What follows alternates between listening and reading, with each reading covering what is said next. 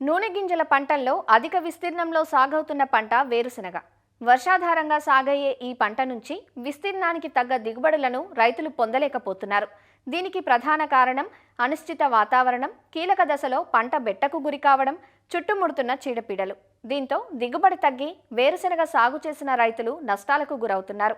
ఈ పరిస్థితులను అధిగమించాలంటే తమ ప్రాంత పరిస్థితులకు అనువైన రకాలను ఎంపిక చేసుకోవడంతో పాటు మేలైన యాజమాన్యాన్ని మేళవించాలి.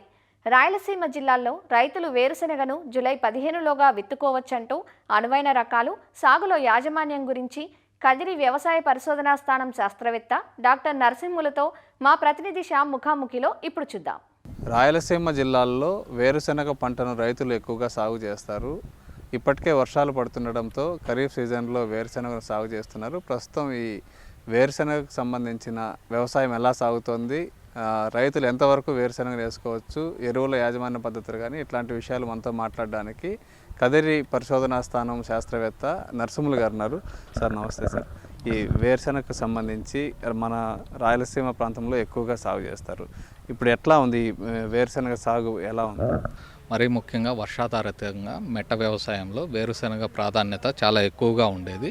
కంబైండ్ అనంతపురము, కర్నూలు, చిత్తూరు, కడప ఈ రాష్ట్రాల్లో గత 10 ఏళ్ల ముందు చూసుకున్నట్లయితే 8 లక్షల హెక్టేర్లో కల్టివేట్ చేస్తున్న వంటి వేరుశెనగని క్రమేపీ కాలక్రమేణా మారుతున్న వాతావరణ పరిస్థితులకు కానీ రైతులు సాగు చేసే విధానాలు మార్పుల్లో రావడం బట్టి చూస్తున్నట్లయితే ఇప్పుడు సుమారు 3 లక్షల హెక్టేర్లో సాగు చేస్తున్నారు.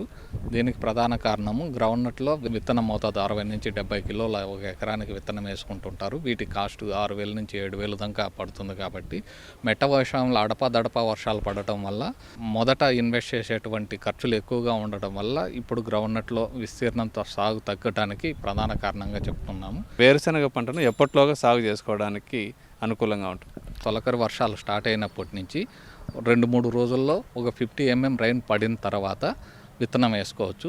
అంటే జూన్ 5 తర్వాత నుంచి జూలై 15 వరకు మనకు విత్తుకోవడానికి వేరుశెనగ చాలా అనుకూలమైన కాలం అండి. ఈ వేరుశెనగ వేయడానికి ఏ నేలలు అనుకూలమైనవి, తర్వాత ఏ రకాలు ప్రధానంగా ఏ రకాలు అందుబాటులో ఉన్నాయి, ఏ రకం ఎక్కువ దిగుబడులు ఇస్తుంది? ఎర్ర నేలలు, కొద్దిపాటి గరుక నేలలు, ఇసుకతో కూడుకున్నటువంటి నేలల్లోనే ఈ గ్రౌండ్ నట్ ఎక్కువగా కల్టివేట్ చేస్తుంటాము. అడపాదడప అక్కడక్కడ కూడా బ్లాక్ సాయిల్లో కల్టివేట్ చేస్తుంటారు. కానీ బ్లాక్ సాయిల్లో కల్టివేట్ చేసినప్పుడు ప్రాబ్లం ఏంటంటే హార్వెస్ట్ చేసేటప్పుడు కొద్దిపాటి తేమ ఉన్న సమయంలోనే హార్వెస్ట్ చేయాలి, లేకపోతే కాయలన్నీ లోపల పగిలిపోవడం జరుగుతుంది. లేదా వర్షాధారితంగా నల్ల నేలలో చేసినట్లయితే నేలలు క్రాక్స్ రావడం, నెరలు చేయడం, బెట్ట వచ్చినప్పుడు నెరలు చేయడం వల్ల కాయలన్నీ బయటకు కనపడిపోతాయి. కాబట్టి ప్రధానంగా మనము ఎర్ర నేలల్లో కొద్దిపాటి తేలికపాటి నేలల్లోనే గ్రౌండ్ నట్ని సాగు చేస్తూ ఉంటాము. ఇంకా రకాల వచ్చుకున్నకైతే కదిరి 6, TMB2, నారాయణి కొంతమంది రైతులు సాగు చేస్తున్నారు. ప్రాంతీయ వ్యవసాయ పరిశోధన స్థానం తిరుపతి నుంచి రిలీజ్ చేసినటువంటి విశిష్ట అనే రకము చీడపీడల ఉధృతిని కూడా బాగా తట్టుకుని K6 విత్తనాల వలె ఉండి మంచి దిగుబడి ఇచ్చేటువంటి, ఎకరానికి 10 నుంచి 12 క్వింటాల దిగుబడి ఇచ్చేటువంటి సామర్థ్యం ఉన్నటువంటి రకము. వ్యవసాయ పరిశోధన స్థానం కదిరి నుంచి రిలీజ్ చేసినటువంటి కదిరి లేపాక్షి అనే రకం కూడా చీడపీడల ఉధృతిని బాగా తట్టుకొని బెట్టను కూడా కొంతవరకు తట్టుకునే రకము. ఈ రకము 120 నుంచి 135 రోజుల కాల వ్యవధిలో 12 నుంచి 13 బస్తాల దిగుబడినిచ్చేటువంటి సామర్థ్యం ఉన్నటువంటి రకము. ప్లస్ కాయలు కూడా ఒక చెట్టుకి 20 నుంచి 50, అంటే భూసారం కానీ రైతు యొక్క యాజమాన్య పద్ధతులు బట్టి 50 నుంచి 100 కాయలు వచ్చేదానికి కూడా ఆస్కారం ఉంది. వీటితో పాటు కదిరి 6 అనే రకం కూడా మన వ్యవసాయ పరిశోధన స్థానం కదిరి నుంచి రిలీజ్ చేసినటువంటి రకము ఇప్పటికి కూడా రైతుల్లో ప్రాచుర్యం ఉంది. వీటితో పాటు పచ్చికాయలకు కానీ చూసుకున్నట్లయితే గింజ సైజు పెద్దగా ఉండేటువంటి రకాలను ప్రిఫర్ చేస్తారు. అటువంటి రకాలు చూసుకున్నట్లయితే కదిరి 7 బోల్డ్ అనే రకము, ఇది 120 నుంచి 125 రోజుల కాల వ్యవధిలో బెట్టలను బాగా తట్టుకునే రకము. 12 నుంచి 20 క్వింటాల దాకా కూడా దిగుబడినిచ్చేటువంటి సామర్థ్యం ఉన్నటువంటి రకము. కదిరి చిత్రావతి, కదిరి అమరావతి అనే 2 రకాలు ఉన్నాయి. ఈ 2 రకాలు కూడా పెద్ద సీడ్ రకాలు, కాయలు ఉడకబెట్టుకోవడానికి చేస్తున్నటువంటి ప్రాంతంలో కల్టివేట్ చేయడానికి అనుకూలమైనటువంటి రకాలు, పచ్చికాయలు అమ్ముకోవడానికి. గింజలు బాగా పెద్దవిగా ఉంటాయి కాబట్టి కొద్దిపాటి నీటి వసతి, ఎరువుల యాజమాన్యం బాగా చేయగలిగే రైతులు ఇటువంటి రకాలను కల్టివేట్ చేసుకొని పచ్చికాయలకు అమ్ముకునేదానికి ఆస్కారాలు ఎక్కువగా ఉన్నాయండి. సార్ చాలామంది రైతులు విత్తనాలు అందుబాటులో లేవు, ధరలు కూడా ఎక్కువ ఉన్నాయి అంటున్నారు. విత్తనాలు ఎక్కడ దొరికే అవకాశం ఉంది? వేరుశనగ విత్తనాల్లో మన రాష్ట్ర ప్రభుత్వము సీడ్ డెవలప్మెంటల్ కార్పొరేషన్ ద్వారా మన సబ్సిడీ కింద అందిస్తున్నాయి.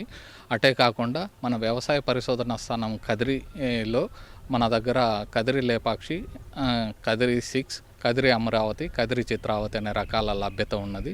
కిలో 120 రూపాయల లెక్కన రైతులకు విక్రయించడానికి ఏర్పాటు చేయడం జరిగింది.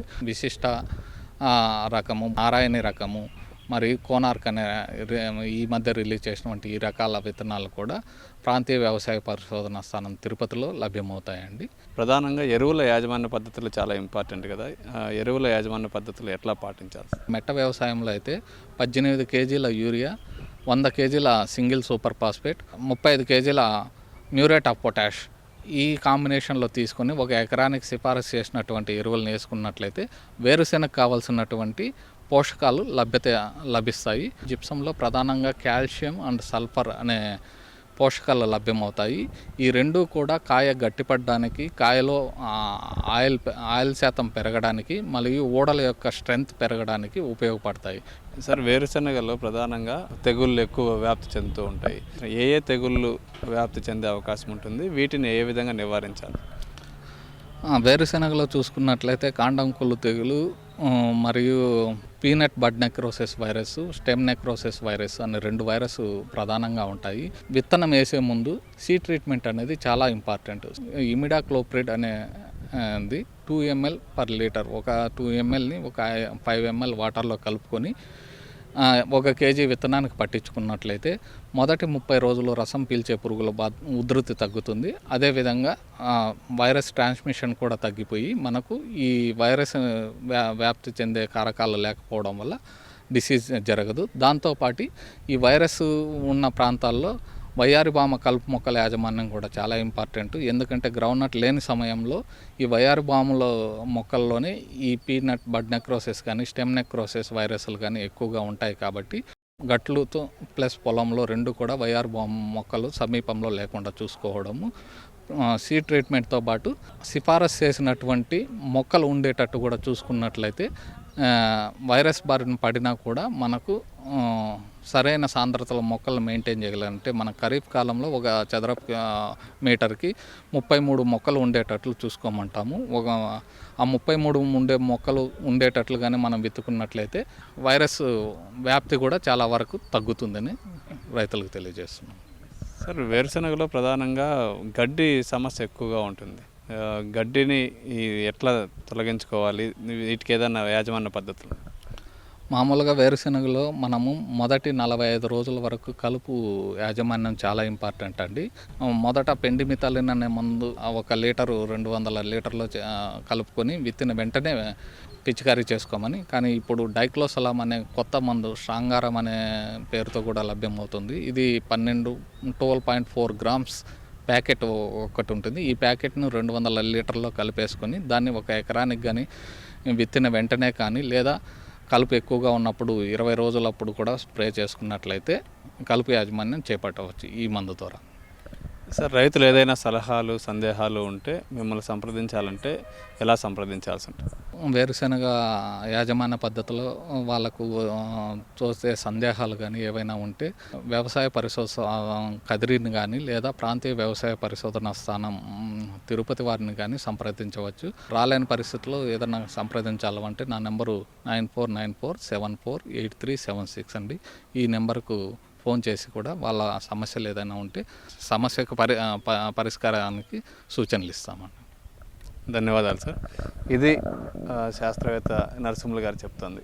కెమెరామెన్ శేషుతో శ్యామ్, ఈటీవీ న్యూస్, కర్నూలు జిల్లా.